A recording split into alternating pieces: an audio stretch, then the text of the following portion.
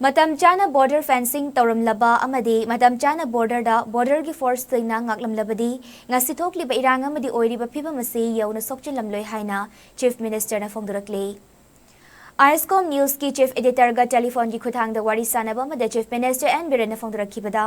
Manipur ga Myanmar ga lonari bangam khai paringda BRO na phase ahum thokna fencing khabagi thabak paikhatlagani hairibasigi manungda Manipur, Mizoram amadi Myanmar ga tainaba mafamdagi hauraga awangromda kilometer kunmathoi sangna border fencing tawna bahotnari Morega Myanmar ga tainaba mafamda kilometer tara fencing tawbaloi khibagaloinana aroiba mafamdagi Moljamdagi na Sajik Tampak fawba kilometer homfumapal sangba fencing khanaba mari leinaba signa map kaloina niyangsinkre Kagadoriba fencing asigi nakalda lambi amasu yauna semgani fencing tawgadoriba si GPS ki matengna longitude amadi latitude yauna hanegi ariba border pillar singi mafam kaihandana thabak paikhanaba ngasi BRO gi kangbu chief secretary amadi DGP yauna mifam ama pangthokre loinana center ki approval leibaga loinana DPR submit tawkre haina phongdorakli chief minister na makha taraduna hauzik oiriba phibama sida relief camp sing de ladiba labor card paiba imung manung lising amaga nifu mathoida lupa lakh yankai nithoiga lising manga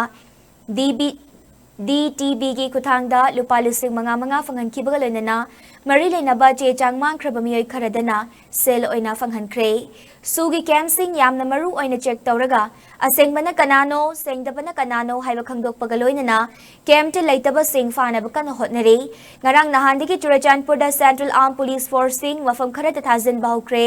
masiga loinana Churachandpur da su rules of law mapung fana thamba ngamlagani haibagi thazaba lei haina ISCOM news ta phongdorakhi Asi border fencing 80 kilometer tawgini haibagi mifam pangtwe na tajai masi si kana yauraga tobibano karai dagi hauraga kadai fawba khagadubino haibado ISCOM da tapiraga da nuajagan ngasi thoiba potse mayam ne hena khange matam sana fencing tormaba matam sana border gi forcing amaba adu oiraga di koi gasi gi fibam si yona sokchal lamoidabani adubu hengasu thengna gi 10 kilometer duma loisalla matung da hujik se koina Bharat Sarkar su yam serious oina lobire moi ground reality je khangbadagi haitare phase ahum thona ni tawdori se behang dagi na kilometer kun gi kunma thoigi ama south ki da behang border da Mizoram ne aduga Manipur ne tainaba adudagi haurakanda akoi awangomda khagalakadaba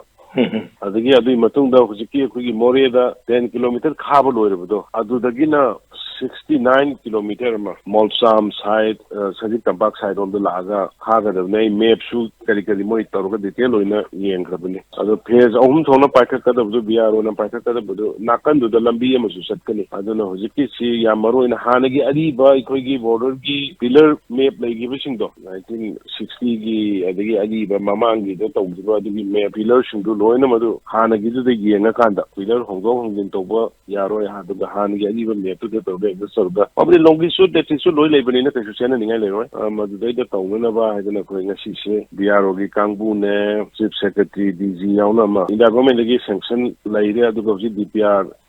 ID approval later, the DPR Gagasiam Summit Townare, Karatuna, Tava Hono by Nadugini, Philips. We see a coin at a river action Kara, Fenchingi, biometric key, the pre moment resumpting at Bar, NCB, Yamadi, Napa Pulakanda, immediately poppy plantation, Gimatachida, to Gaina was a Tarapa, Aduga Yamaru in a Huji, Hana no make another corner, but a woman am saying no make up a whole of pumps in state that way. Force Hazalaga BSF, BT, CPF. Laga nakpa hauran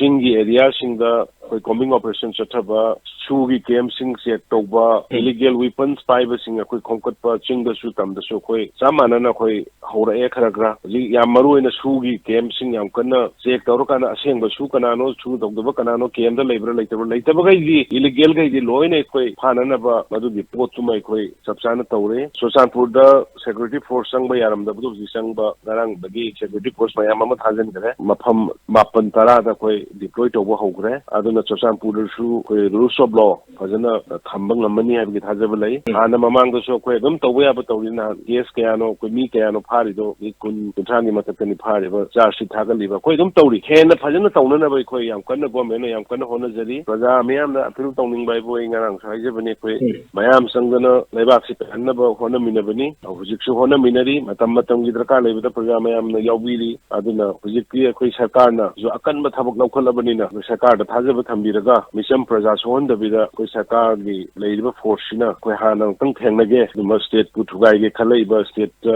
ꯅꯠꯇꯕ ꯊꯕꯛ ꯇꯧꯔꯤꯕ ꯄꯣꯠ ꯃꯌꯥꯝꯁꯦ ꯍꯥꯏꯗꯅ ꯑꯩ ꯃꯌꯥꯝꯗ appeal ꯇꯧꯅꯤꯡꯉꯦ ꯑꯗꯨꯒ ꯑꯩꯈꯣꯏ ꯃꯁꯦꯜꯒꯤ ꯃꯔꯛꯇ ꯖꯥꯇꯤ ꯃꯁꯦꯜꯒꯤ ꯃꯔꯛꯇ ꯅꯨꯡꯉꯥꯏꯅꯔꯣꯏꯗꯕ ꯑꯗꯨꯒ ꯑꯩꯈꯣꯏ ꯖꯥꯇꯤꯁꯤꯒꯤ ꯃꯅꯨꯡꯗ ꯃꯩꯇꯩ ꯃꯁꯦꯜꯒꯤ ꯃꯔꯛꯇꯁꯨ ꯅꯨꯡꯉꯥꯏꯅꯔꯣꯏꯗꯕ ꯑꯗꯨꯒ ꯃꯩꯇꯩꯒ ꯀꯨꯀꯤꯒꯤ ꯃꯔꯛꯇꯁꯨ ꯅꯨꯡꯉꯥꯏꯅꯔꯣꯏꯗꯕ ꯁꯤꯒꯨꯝꯕ ꯑꯩꯈꯣꯏ ꯃꯁꯦꯟ ꯇꯧꯕ ꯌꯥꯕ ꯇꯣꯉꯥꯁꯤ ꯌꯥꯔꯤꯉꯩ ꯁꯟꯗꯣꯛꯄꯤꯗꯕ ꯑꯁꯦꯡꯕ ꯍꯥꯏꯕꯗꯨꯗꯤ ꯀꯩꯁꯨ ꯀꯥꯏꯗꯦ ꯑꯁꯦꯡꯕ ꯊꯣꯛꯄ ꯊꯧꯗꯣꯛ ꯍꯥꯏꯕꯗꯤ ꯀꯩꯁꯨ ꯀꯥꯏꯗꯦ ꯅꯠꯇꯕꯗ ꯇꯣꯉꯥ ꯁꯟꯗꯣꯛꯄꯁꯦ ꯍꯧꯖꯤꯛ ꯃꯇꯝꯗ ꯃꯅꯤꯄꯨꯔ ꯌꯨꯠ ꯀꯦꯞ ꯍꯥꯏꯕ ꯀꯩꯅꯣꯝ ꯇꯧꯔꯀꯥꯟꯗ ꯇ꯭ꯔꯣꯡ ꯉꯥꯎꯕꯤꯗ ꯅꯣꯡꯃꯩ ꯀꯥꯞꯁꯤꯜꯂꯛꯑꯦ ꯑꯗꯨ ꯇꯧꯔꯦ ꯄꯪꯁꯟꯗ ꯁꯟꯗꯣꯛꯏ